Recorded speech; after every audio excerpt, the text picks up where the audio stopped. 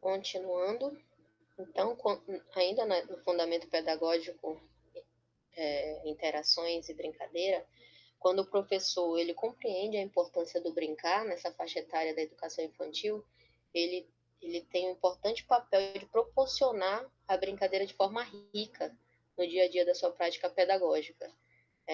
Ele entrar no universo da criança e torná-lo ainda mais rico, né? Porque o universo da criança por si só, ele já traz várias experiências para a criança, mas há uma prática pedagógica com objetivo bem estruturada para direcionar essas crianças, dar mais experiências, mais oportunidades para elas, faz com que essa criança ela seja desenvolvida muito mais rápido, não precocemente, mas estimulando as suas potencialidades. Terceiro, fundamento pedagógico, experiência da criança. Eu trouxe para vocês aqui a definição do que seria experiência, né? Então, terceiro fundamento pedagógico, a centralidade da experiência da criança, como já tem anteriormente, né? Pensar que a criança ela não é um saco vazio, ela tem as suas experiências já, mesmo muito pequenininha, ela já traz um acervo de conhecimento, ela só precisa explorar e associar com outras situações. Então, a palavra experiência, ela pode ser como experimentação, experimento, no método científico, né? E mais para filosofia, ela pode ser qualquer conhecimento obtido por meio dos sentidos. Logo, pode se referir ao conjunto de experimentações e conhecimentos obtidos por essas experimentações por meio dos sentidos. Então, a criança brincando, ela consegue, a partir da experimentação, adquirir conhecimento. Espero que vocês tenham entendido. Vamos lá. Esses conhecimentos que a criança adquire com essas experimentações, elas podem ser adquiridas em diversos ambientes frequentados por ela, né? Em casa, na escola, na igreja, durante um passeio, durante a ida de casa para a escola, enfim. E esse conhecimento, ele pode ainda ter sido obtido em qualquer momento dessa curtinha história dessas crianças da educação infantil, né? Com poucos anos de vida, mas já tem várias experiências somadas.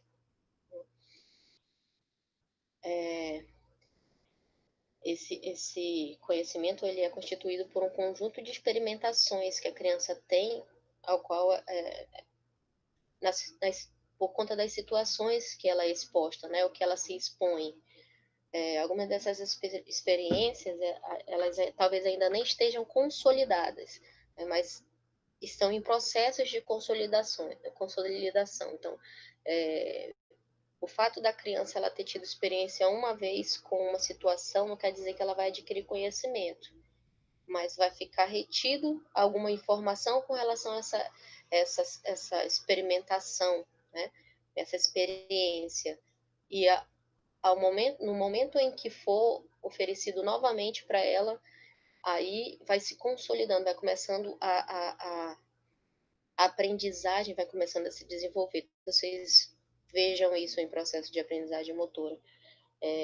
Um contato único não é suficiente para desenvolver o conhecimento em determinadas situações, tá? Não generalizem, por favor.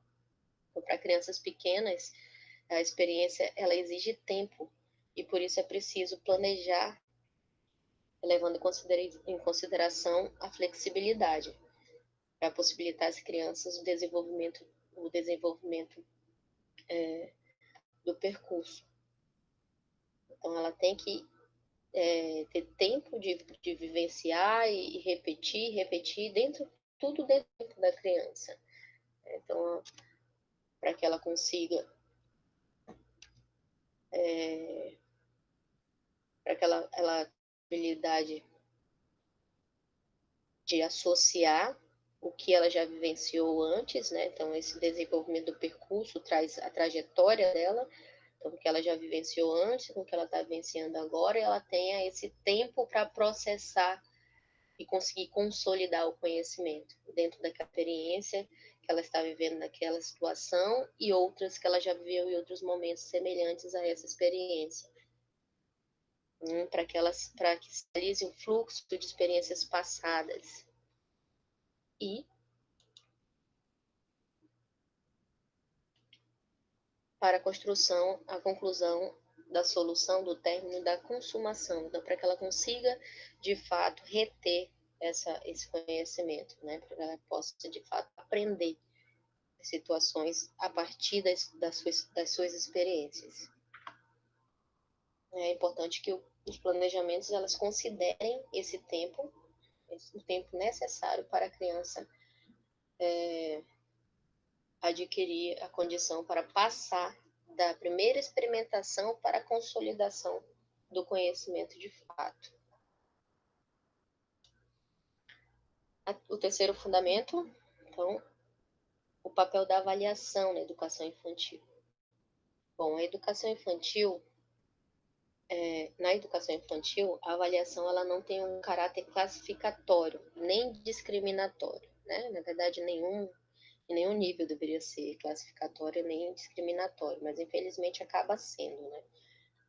Esse perfil de avaliação quantitativo durante um período da educação fica muito, muito discriminatório, muito classificatório. Depois de um tempo, aí o pessoal já começa até a se zoar com relação a isso. Mas, enfim, avaliar o conhecimento com caráter classificatório e discriminatório é muito complicado. Mas para não fugir do percurso, vamos lá.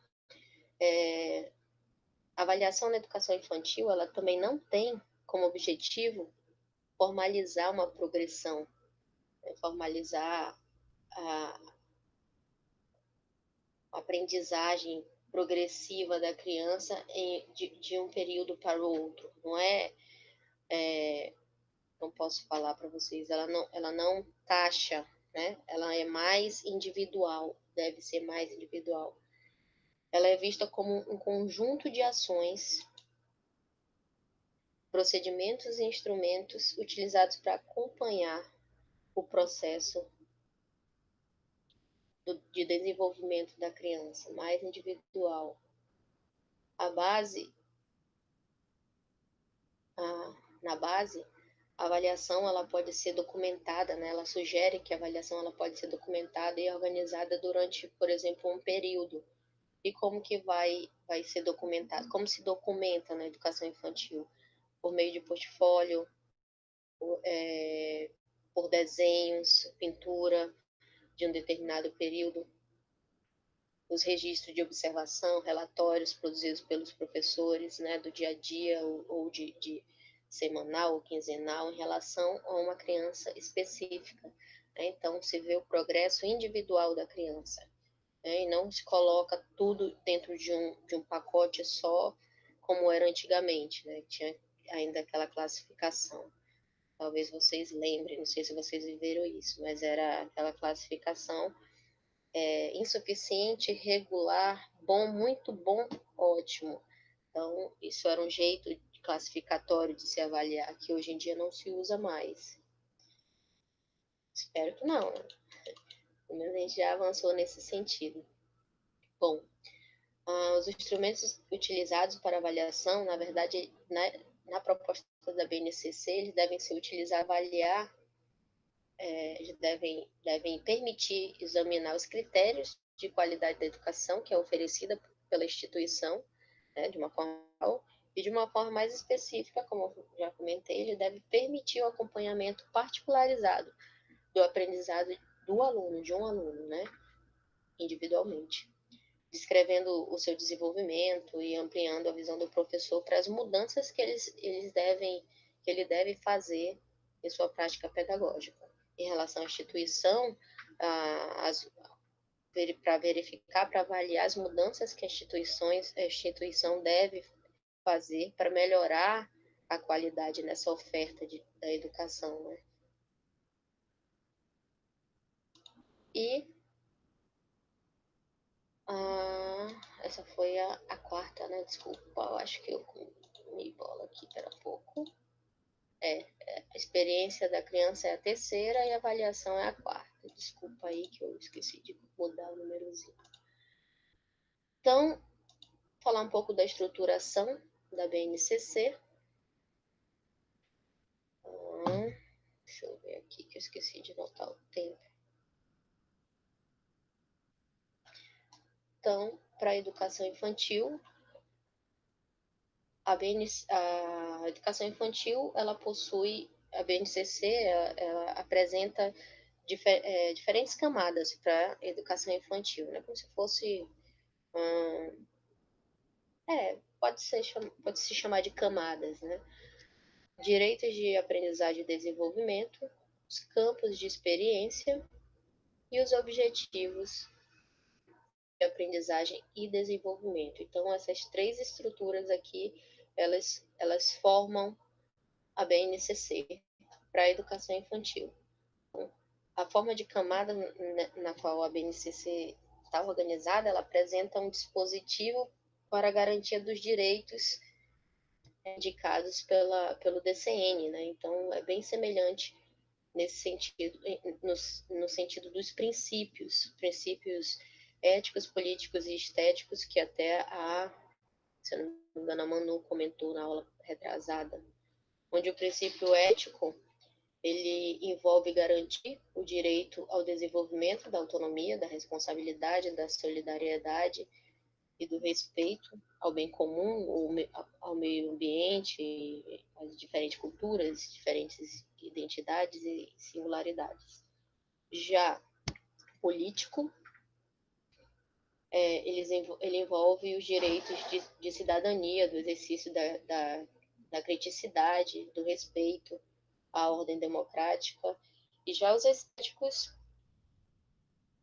da sensibilidade, da criatividade, da ludicidade, da liberdade de expressão nas diferentes manifestações artísticas e culturais. Bom, falando individualmente dessas camadas, né, vamos falar agora sobre os direitos de aprendizagem e desenvolvimento.